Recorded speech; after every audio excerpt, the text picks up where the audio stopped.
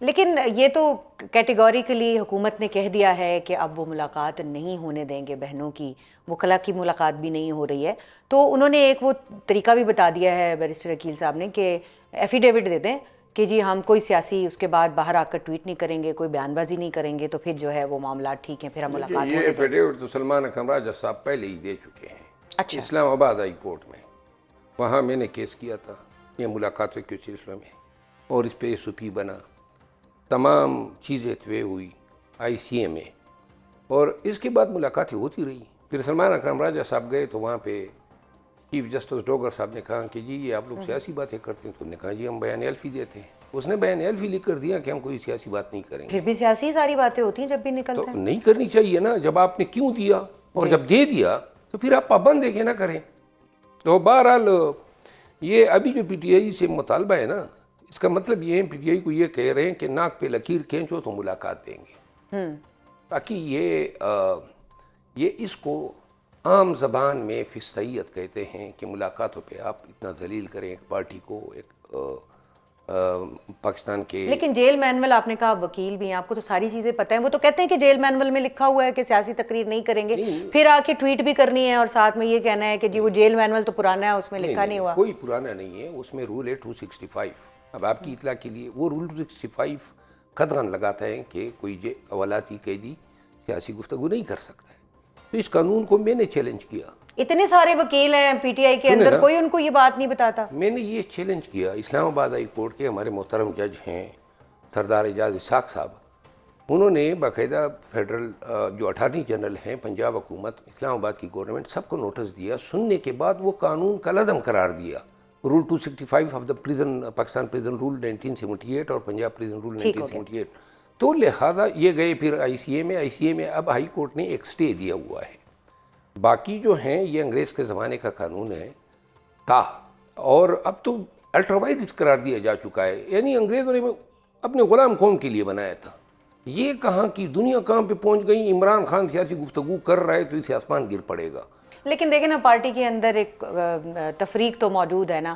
اب P T I کے اندر حکومت یہ کہتی ہے کہ بھائی وہاں تو کوئی فیصلہ کرنے والا ہی نہیں ہے، ایک سے بات کرو تو کوئی دوسری بات نکل آتی ہے، مختلف لوگ ہیں، مختلف بات کریں، مختلف گروپس ہیں پی ٹی آئی کے اندر اپنے۔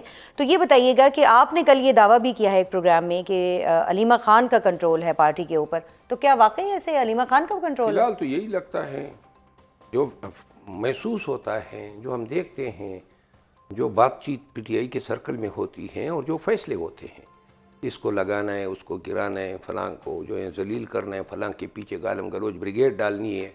یہ ابھی قاضی انور صاحب کا بیان اور انٹرویو آپ نے سنا ہوگا نا، اس عمر میں یہ شخص سابقہ سینیٹر، سپریم کورٹ بار کا سابقہ صدر، خان کا انتہائی معتمد، کہتا ہے کہ پی ٹی آئی نے مجھے ذلت دی ہے، اور وہ کہتا ہے کہ علیمہ خانم اور سلمان اکرم راجہ نے جو ہیں میرے ساتھ یہ سلوک روا رکھا۔ ٹھیک ہے، یہ باتیں تو میں کب کی کر رہا تھا، قاضی صاحب جو ہیں میری ماں پہ یہ بات کریں گے، اس نے پارٹی ہی چھوڑ دی۔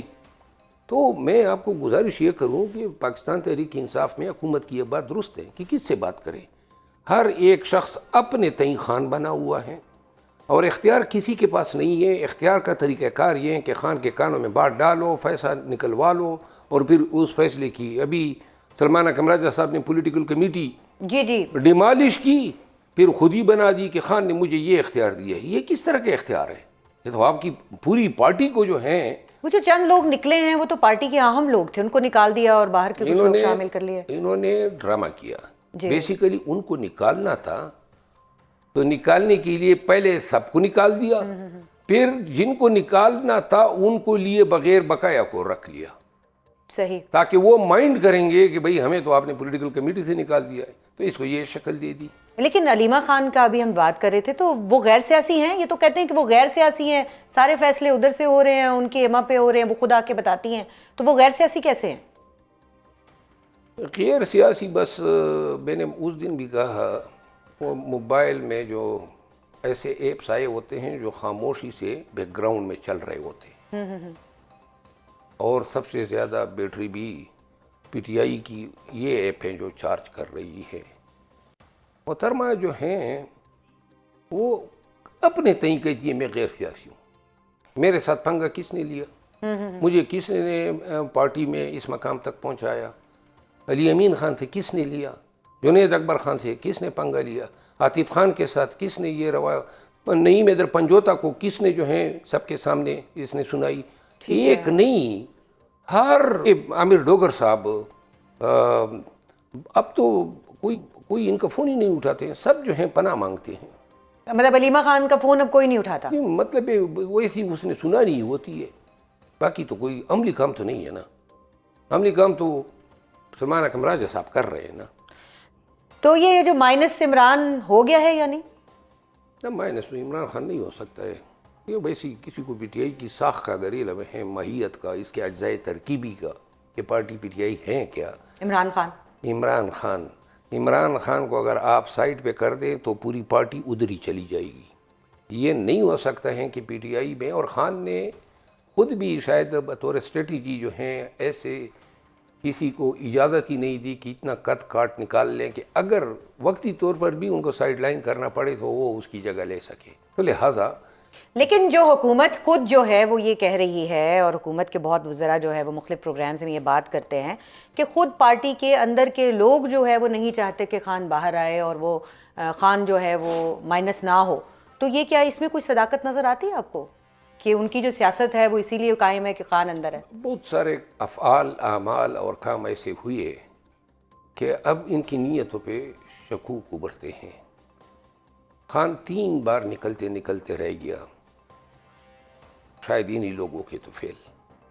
اور باقی پارٹی جب مضبوط تھی اور پارٹی جب احتجاج کے قابل تھی تو انہوں نے یہ غدار وہ غدار، یہ ایجنٹ وہ ایجنٹ، یہ ڈرامہ شروع کیا. اور اب وہ یہ اس پی ٹی آئی کو ایسی پارٹی بنا دیا جہاں وفاداری کی جو ہے نا جی ایکسپائری ڈیٹ لکھی ہوتی ہے.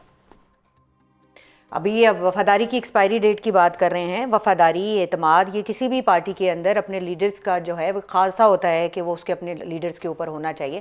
اب خان صاحب نے اپنے سارے معاملات جو ہے وہ محمود خان اچکزئی صاحب کے نیچے دے دیے ہیں کہ وہ لیڈ کریں گے اور نیچے ان کی پارٹی بھی کام کرے گی اور دوسری پارٹیاں بھی کریں گی. تو آپ کو لگ رہا ہے کہ اپنے لیڈرز کے اوپر عدم اعتماد بھی ہے؟ عدم اعتماد پارٹی کے لیڈر تو میرا خیال ہے، لیڈر کیا ان کو کارکن کی بھی حیثیت ان کی نہیں ہے. پارٹی میں لیڈرشپ، پارلیمانی پارٹی کبھی کسی سے کوئی فیصلہ انہوں نے کروایا ہے، کوئی ان پٹ لیا ہے، کوئی مشاورت کی ہے، کوئی ایک فیصلہ کوئی نہیں بتا سکتا ہے. تو جہاں تک محمود خان اچکزئی صاحب کی بات کی ہے نا، پھر ایک یہاں پہ بھی ابھی ان کو پولیٹیکل کمیٹی میں ڈال دیا، پی ٹی آئی کی پولیٹیکل کمیٹی، اور اس میں محمود خان اچکزئی. تو اچکزئی صاحب نے کہا مجھ سے پوچھیں جو آپ لوگوں نے ڈالا ہے. وہ گئی ہی نہیں، اجلاس ہی اس نے نہیں اٹینڈ کیا. اچھا، بلکہ انہوں نے کہا کہ میرا نام فوری طور پہ ہٹا دے.